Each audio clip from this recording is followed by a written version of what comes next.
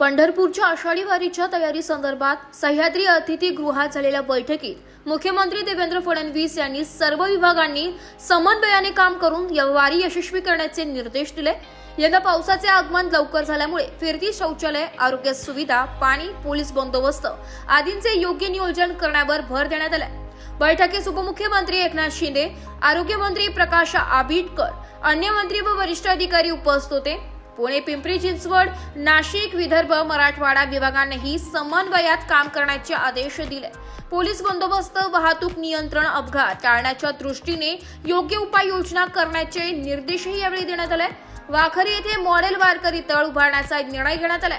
नामदेव महाराज ओट्याच्या पुनर्विकास आणि गर्दी नियंत्रणासाठी आराखडा तयार केला जाईल। या वर्षीही विठ्ठल रखुमाई वारकरी विमा योजना लागू राहणार असून महिलांसाठी स्वतंत्र स्नानगृहे व हिरकणी कक्ष तयार केले जाणार आहे। निर्मल वारी, हरित वारीसाठी झाडे लावण्याचा आराखडा, 36 वॉटरप्रूफ मंडपाची तयारी आणि अधिक बसेस, रेल्वेची व्यवस्था शासन करणार आहे। उपमुख्यमंत्री शिंदे यांनी वारकऱ्यांची कोणतीही गैरसोय होणार नाही याची हमी दिली आहे। ब्युरो रिपोर्ट, नाशिक लोकशाही न्यूज, नाशिक।